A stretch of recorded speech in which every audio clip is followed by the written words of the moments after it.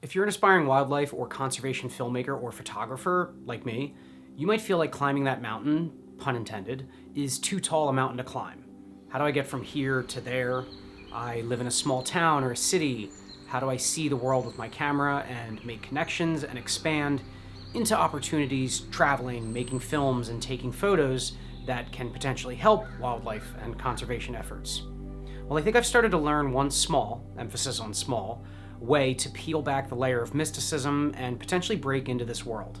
And definitely stay to the end because I have a cool story about all of this, becoming entrenched in the wildlife conservation space, that directly helped me and, well, I mean, the proof is in the pudding, as it were.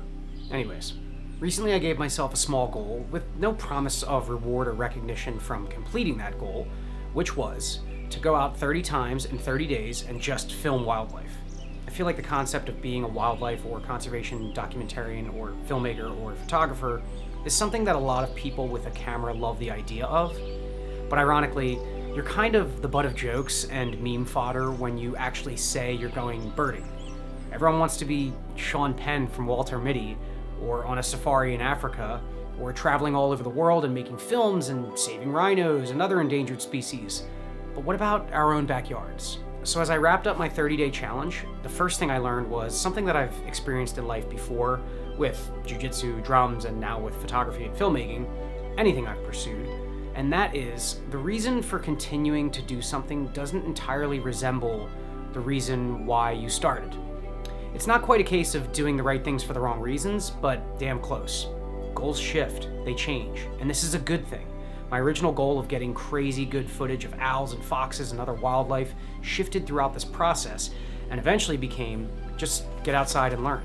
Learn about my local environment, ecosystems, and wildlife, enjoy the sights and sounds, decompress, relieve stress, walk some or many miles. The next thing I learned relates back to my intro to the concept of many photographers, videographers, and aspiring filmmakers, myself included, loving the idea of being a traveling documentary filmmaker, an embedded photographer working for Nat Geo and on the front lines of wildlife conservation, and so on and so forth.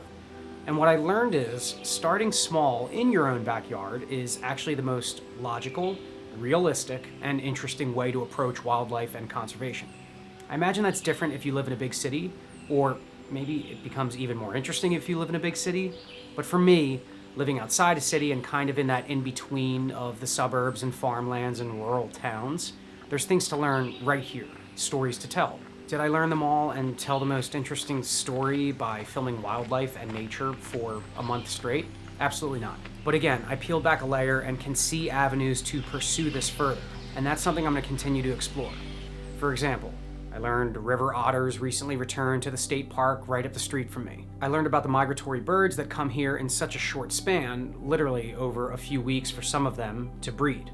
I learned about a new bald eagle couple taking residence in the same state park, coyotes moving into our suburbs, and maybe one of the more interesting, and I'm sure divisive, conservation issues that is happening and has been happening in my own backyard long before I was alive, the overpopulation of deer and how they are in many ways harmful to other wildlife and forests. On the more technical side of things, I learned that for as much time as I spent out in the woods filming, which was 2 to 3 hours pretty much every morning for 30 days straight, it wasn't near enough.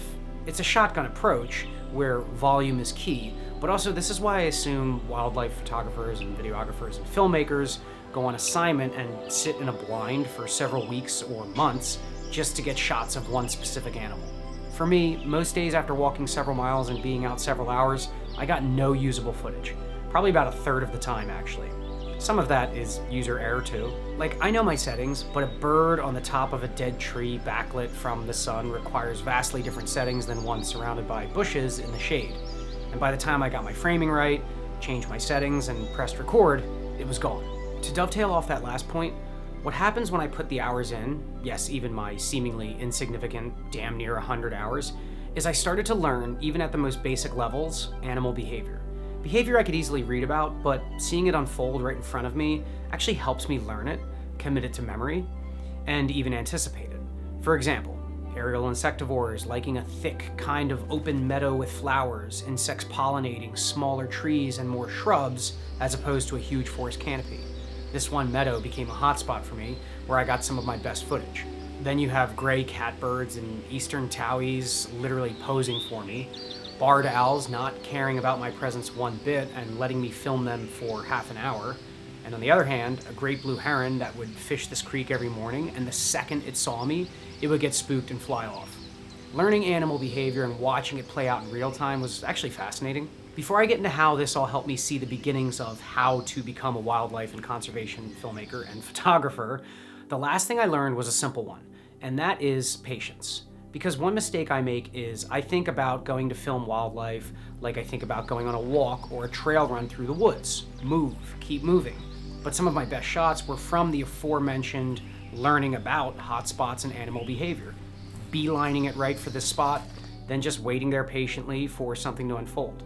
Maybe a blind purchase is in my future. Now I promised a cool story and how it all feeds back into peeling back the layer, the barrier to entry, and in fact, me being able to see a realistic path to doing all of this.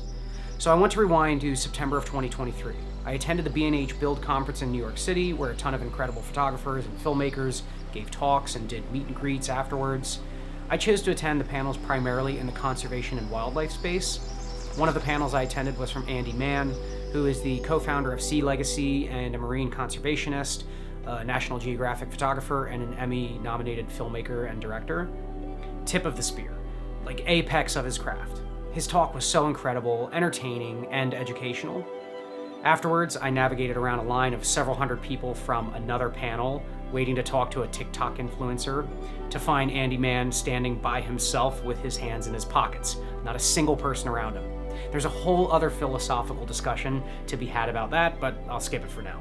Long story long, I was eager to ask Andy Mann a question that has plagued me for years as I aspire to be a filmmaker. Experimental narrative short films for sure, but especially documentaries in the conservation and wildlife space.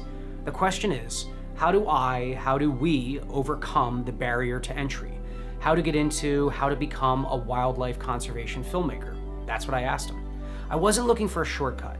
I know there's no substitute for putting in years and years of hard work, but I suppose I was just looking for a nugget to kickstart me, something to act as a catalyst for this passion of mine. His response? Start small in your own backyard. I took that with me, and here I am today, learning about the last remaining interior forest in my backyard, Ridley Creek State Park, learning about riparian corridors, learning about the food web from trees and plants to insects to birds. It has been revealing, to say the least, and equally as sad, seeing our township constantly selling off land to developers, clearing a dozen acres of old forest for a temporary parking lot for a single golf event, and people prioritizing a biological wasteland of a sterile green grass yard with non-native ornamental trees and shrubs, to name a few. But it's not all bad. There are great people doing great work, trusts acquiring huge swaths of private lands to preserve them in perpetuity, see Natural Lands Trust. More and more people voicing their support in groups and at town meetings and fighting to preserve wildlife habitat, and more people, I think, trending towards birding, nature, and the outdoors.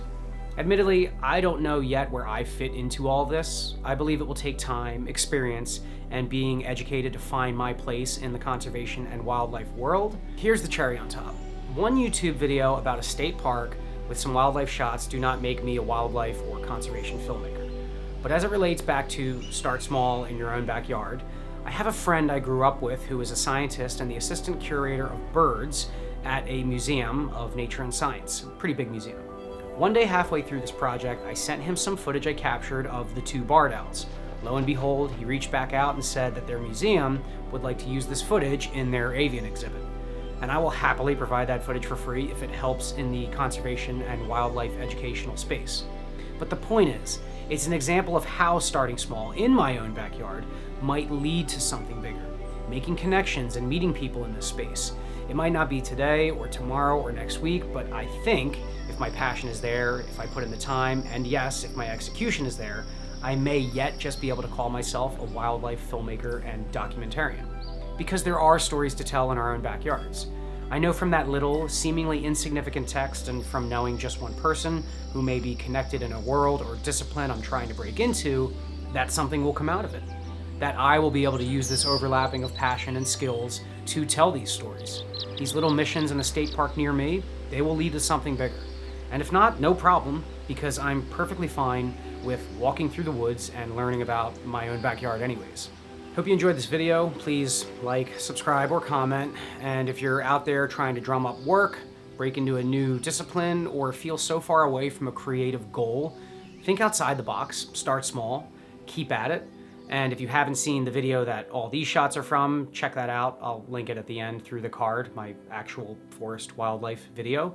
But yeah, cheers.